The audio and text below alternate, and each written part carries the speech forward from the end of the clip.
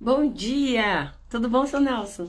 Eu achei até que tava sem internet, não entrava nunca aqui. Falei, ué, tá tudo certo. Bom dia, como que vocês estão? Oi, Nádia, tudo bem? A Vera, um ótimo dia para vocês nessa quinta-feira, isso, né? Quinta-feira, 11 de agosto. Louvado seja Deus por mais um dia. Oi, Rosane, bom dia. Então, vamos continuar nossa leitura. Eu tava tentando lembrar onde que nós paramos ontem. Vocês lembram? Não, eu acho. Aqui, eu lembro dessa palavra da paz. Acho que nós lemos até o 8. Vou repetir o 8 e daí a gente continua nesse trecho de Isaías 59, aqui onde que a gente parou. Estamos fazendo a leitura desse livro, né? Quase terminando. Nós começamos lá em outubro do ano passado, mais ou menos. E estamos quase no finalzinho dele já. Quanto aprendizado, quanta coisa, né? Deus nos mostrou através dessa leitura. Oi, Maria, tudo bem? A Maiara, um ótimo dia para você. Bom trabalho hoje, né? Muitos que vão trabalhar. Eu também, né? Mas vou trabalhar por aqui mesmo. A Marlenice, bom dia. Então, eu vou continuar, vou repetir o 8, só para a gente lembrar ali de onde a gente parou ontem. E vamos continuar essa leitura gostosa que está desse finalzinho do livro de Isaías, né? Diz assim a palavra do Senhor: desconheçam, o que a gente leu ontem, né? Desconhecem o caminho da paz, nem a justiça nos seus passos. Fizeram para si veredas tortuosas, quem anda por elas não conhece a paz. Deus reafirmando ali quão importante é a gente andar nos caminhos dele para que tudo nos vá bem, né? O Salmo 91, sempre lembro desse salmo e ele é muito precioso, o ensinamento que tem nesse Salmo 91, que fala: aquele que habita no esconderijo do Altíssimo, a sombra do Onipotente descansa. Esse diz do Senhor: tu és o meu refúgio, minha fortaleza, o Deus em quem eu confio, né? Ali fala que é aquele que habita no esconderijo do Altíssimo. A gente precisa habitar, né, nesse esconderijo de Deus, e a sombra do Onipotente descansa. Descansar à sombra do Onipotente é estar debaixo da autoridade dele, andando segundo os seus caminhos. Quando a palavra fala de sombra, lá no Antigo Testamento, quando o povo estava peregrinando pelo deserto, né, que Moisés tirou eles ali do Egito, Deus, né, tirou deles do Egito através da vida de Moisés, e eles peregrinaram ali pelo deserto, e a palavra conta lá em Êxodo que eles andavam e a sombra de Deus, tinha uma nuvem que acompanhava eles durante o dia, fazendo sombra, né, naquele deserto escaldante que eles estavam.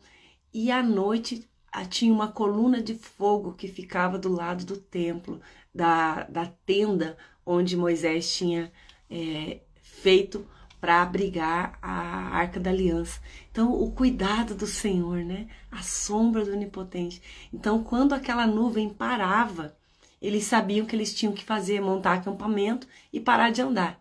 E quando a nuvem se movia, eles se moviam junto com a nuvem e permaneciam debaixo daquela sombra, aonde Deus indicava o caminho, eles andavam, né? Então, quando Isaías fala isso, quando Davi escreveu lá naquele Salmo 91, e a sombra do Onipotente, né, descansa. Então, você descansa a hora que a sombra para, a hora que a sombra se move, a gente se move e vai para onde vai direcionando o Senhor o nosso caminho. E é esse que pode dizer do Senhor: tu és o meu refúgio e a minha fortaleza, e o Deus em quem eu confio, aquele que anda segundo os caminhos do Senhor. E é isso que nós lemos ontem nessa palavra de Isaías, ele dizendo, falando da diferença daquele que anda conforme a palavra do Senhor, conforme o ensinamento do Senhor, e aquele que não anda nos caminhos do Senhor, não encontra a paz, né? E Deus fala a respeito da paz. A gente precisa viver nessa paz. Quando a gente está em paz, tudo vai bem, não é assim? Quando a gente está em paz, tudo vai bem, tudo flui, vem ideia na cabeça, a gente consegue colocar as coisas em ordem, a gente consegue avançar em direção ao sonho que Deus vai colocando no nosso coração e a alegria enche o nosso coração e o ânimo para fazer aquilo que a gente precisa fazer. E do contrário também é verdadeiro, quando a gente não está em paz, você não consegue nem raciocinar direito, não é assim? Com você? Comigo é assim, né? E a palavra fala, Jesus falou no Evangelho, eu vos dou a minha paz, não a paz que o mundo conhece, mas a minha paz eu vos dou. Então, quando a gente entra nesse lugar de descanso de Deus, no esconderijo do Altíssimo, a gente encontra essa paz, não a paz circunstancial que o mundo conhece, que é aquela paz quando tudo vai bem, as circunstâncias estão bem, tá tudo bem, a gente tem paz. Mas quando acontece algum problema, alguma dificuldade, a gente já perde aquela paz. Não, com Deus não é assim. A paz do Senhor, que é essa que a gente declara como saudação uns aos outros, né? Na comunidade de Cristo, essa paz é permanente. Essa paz não depende de circunstâncias. Essa paz vem do alto, é um fruto do Espírito Santo de Deus que habita em nós. Quando a gente anda em obediência à palavra do Senhor, a gente encontra esse lugar de descanso e vive nessa paz do Senhor, né? No 9, continuando então a partir do que a gente leu ontem. Por isso está longe de nós o juízo e a justiça não nos alcança. Esperemos pela luz, e eis que há só trevas pelo resplendor, mas andamos na escuridão. Então, uma consequência daqueles caminhos que eles escolheram para eles, que eles estavam andando. Apalpemos as paredes como cegos, sim, como os que não têm olhos, andamos apalpando. Tropeçamos ao meio-dia, como nas trevas, e entre os robustos somos como os mortos, né? Todos nós bramamos como ursos e gememos como pombas. Esperamos o juízo e não há a salvação, e ela está longe de nós, porque as nossas transgressões se multiplicam perante ti, e os nossos pecados testificam contra nós, porque as nossas transgressões estão conosco e conhecemos as nossas iniquidades. Então, o povo reconhecendo Deus, falando através da boca de Isaías. Isaías colocando aqui a realidade que o povo estava vivendo, por eles terem escolhido aqueles caminhos errados e adorado a outros deuses, fazendo aqueles rituais pagãos. Deus tinha se afastado deles, né? A palavra de Deus estava cada vez mais escassa. Os profetas falavam, mas eles não davam ouvidos aos profetas do Senhor. Eles preferiam aqueles profetas que falavam coisas que alegravam o coração deles, a alma deles, e não aquilo que era a verdade de Deus. Então Isaías profetizava, mas o povo não dava ouvidos. Ele falava e o povo não ouvia. E aí começou a se cumprir aquilo que Isaías tinha profetizado desde o início do livro, quando a gente leu lá nos primeiros capítulos, Deus chamando o povo ainda ao arrependimento. E passado algum tempo, Deus começou a determinar o juízo, aquilo que ia acontecer, porque o povo não se corrigiu nos seus caminhos e escolheu permanecer fazendo as suas próprias vontades, alheio à palavra que Deus estava dando. E esse finalzinho do livro de Isaías, Deus ele fala, mostra para o povo a diferença da realidade daqueles que creem e daqueles que andam segundo os seus ensinamentos. E Deus falando, ainda que vocês padeçam, passam por dificuldades, eu vou ser com vocês e eu vou abençoar a geração de vocês que voltará para suas terras, né? Nós lemos isso nos capítulos anteriores. E a misericórdia de Deus triunfa sobre o juízo. Está escrito isso lá nas cartas. Eu não lembro agora se é nas cartas de João, né? 1 João, 2 João, 3 João, por lá. Ou em Pedro, mas ele fala isso. E eu acho lindo esse trecho, acho que é 1 João mesmo. Que por mais que Deus estabeleça ali o juízo sobre o povo, por conta das suas próprias iniquidades, por eles terem escolhido aquilo que era mal aos olhos do Senhor, as misericórdias de Deus ainda triunfam sobre o juízo dele. Ele ainda tem misericórdia do povo e traça um plano de resgate, um plano para trazer você de volta para o caminho dele, né? Pode observar aí, a gente tem dificuldade às vezes de olhar a graça e o favor de Deus nas coisas que ainda estão por vir, mas a gente consegue olhar na nossa vida daquilo que já se foi, o quão fiel Deus foi em todos os caminhos que você passou e quanto você aprendeu com as coisas difíceis que te aconteceram, né?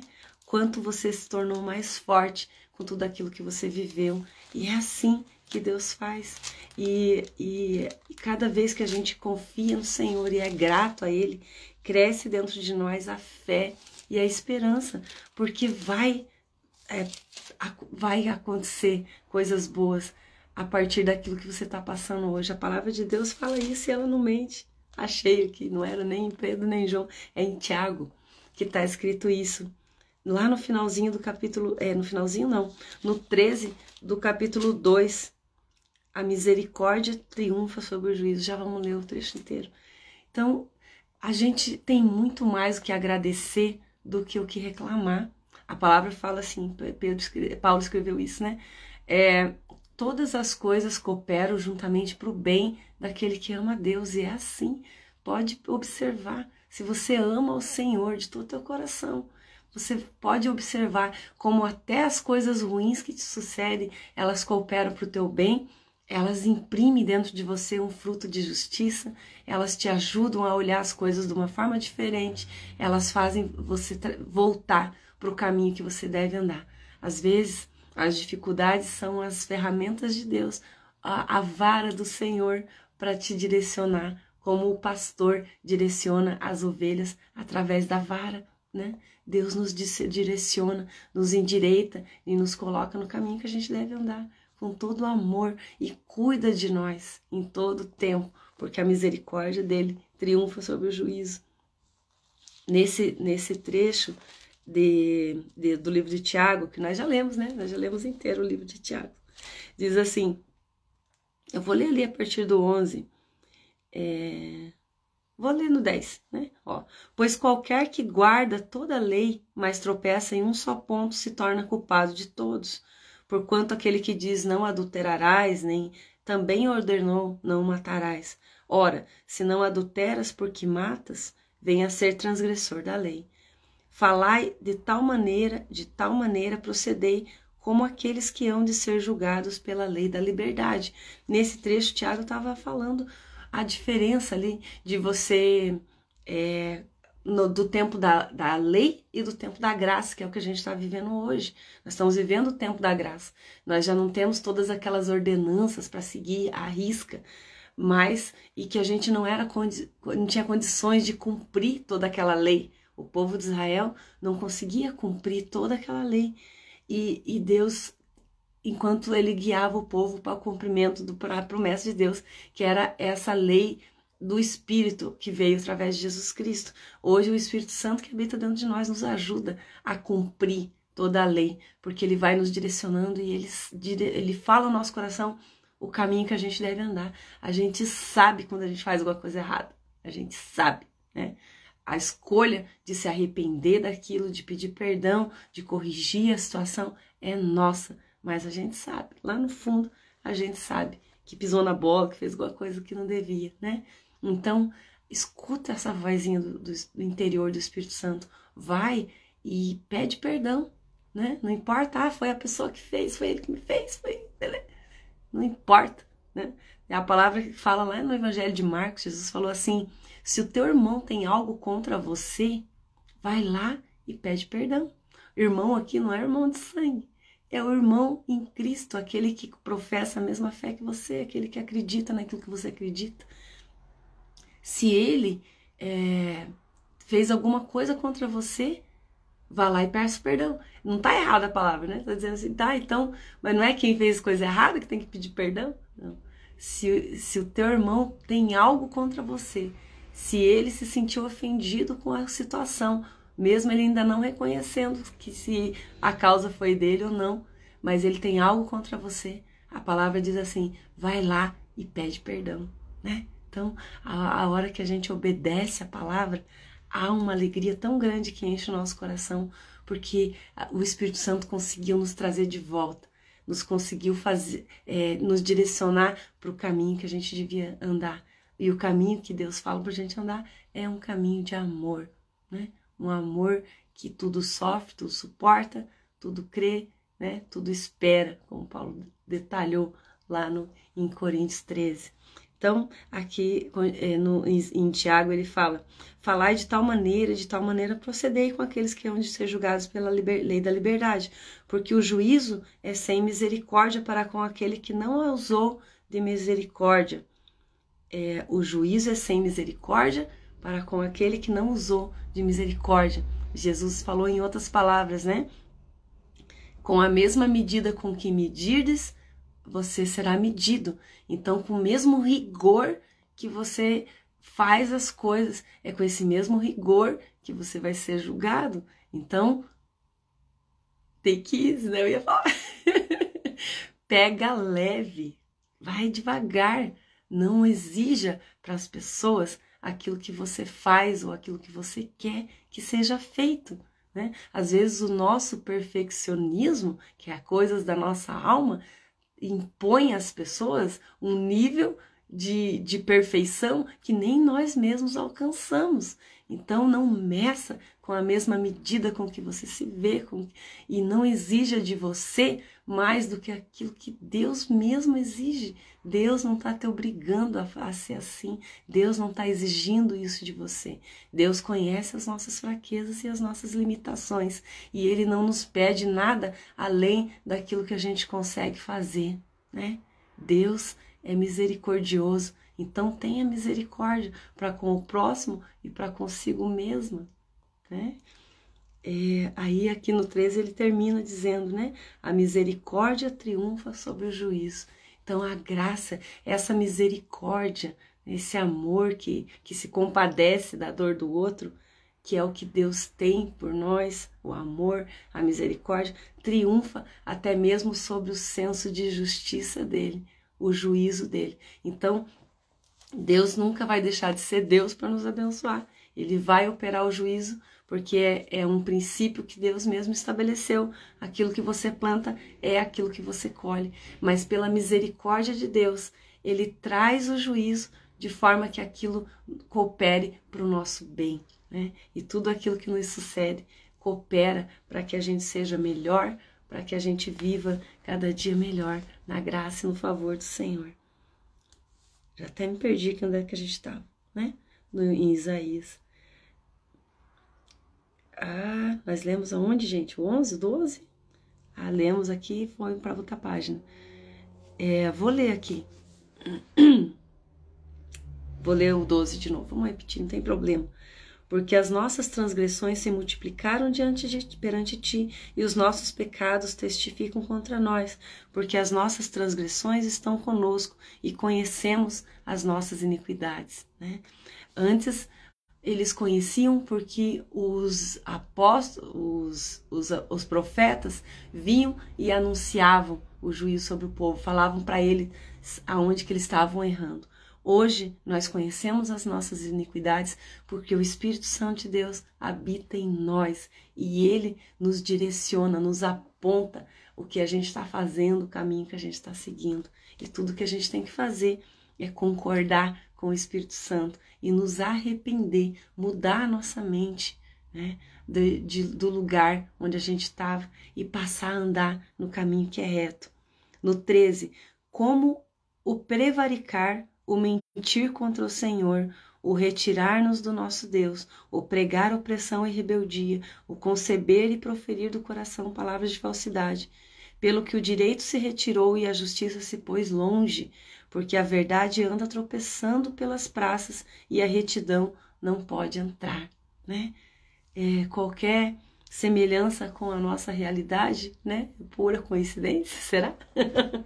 A gente vive como nação consequências das nossas próprias iniquidades. Falamos bastante ontem sobre isso, né? Mas é assim, existe um juízo de Deus operando sobre o povo. E a nação que teme ao Senhor é abençoada, né? Aqui, olha, a glória da Nova Jerusalém. Eu já tô de olho lá no capítulo 60. Bati o olho aqui, ó. As nações se encaminham para a luz e os reis para o resplendor que te nasceu. Me chamou a atenção essa palavra nações. Olha que a gente está falando aqui a respeito das nações. Tem um salmo que diz, né, que bendita é a nação que teme ao Senhor, né? Os Estados Unidos da América, uma nação que foi tão prodigiosa durante tanto tempo, né? Hoje tá ali, né, naquela, mas ainda é proeminente entre as nações e eles eles têm uma cultura protestante, né, que segue as doutrinas, né, do protestantismo, e eles têm muito fundamentado a lei, a palavra de Deus na cultura deles, e a legislação americana, muitas coisas da lei americana ali tá pautada na palavra de Deus, e nas notas do dólar, né, tá escrito Deus seja louvado, né?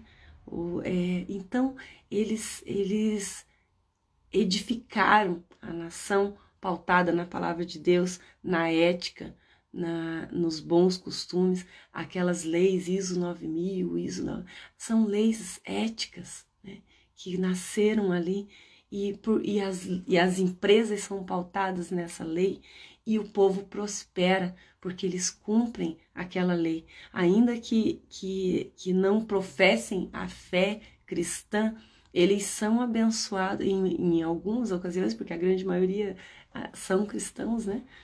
Mas mesmo que eles não andem 100% ali na palavra de Deus, eles são abençoados porque eles cumprem a lei, porque a lei leva para um estado de justiça, de ética, daquilo que é verdadeiro. Então tem duas formas da gente receber a graça e o favor de Deus, ou pelo cumprimento da lei, como era antigamente ali, ou pela lei da graça, que é o cumprimento daquilo que o Espírito Santo fala no nosso coração. E quando a gente cumpre a palavra de Deus pela lei da graça, que é pelo amor ao próximo, como Jesus simplificou ali a lei, né? Amar a Deus sobre todas as coisas e ao próximo como a ti mesmo. Jesus falou que essa é a lei, essa se resume a lei e os profetas.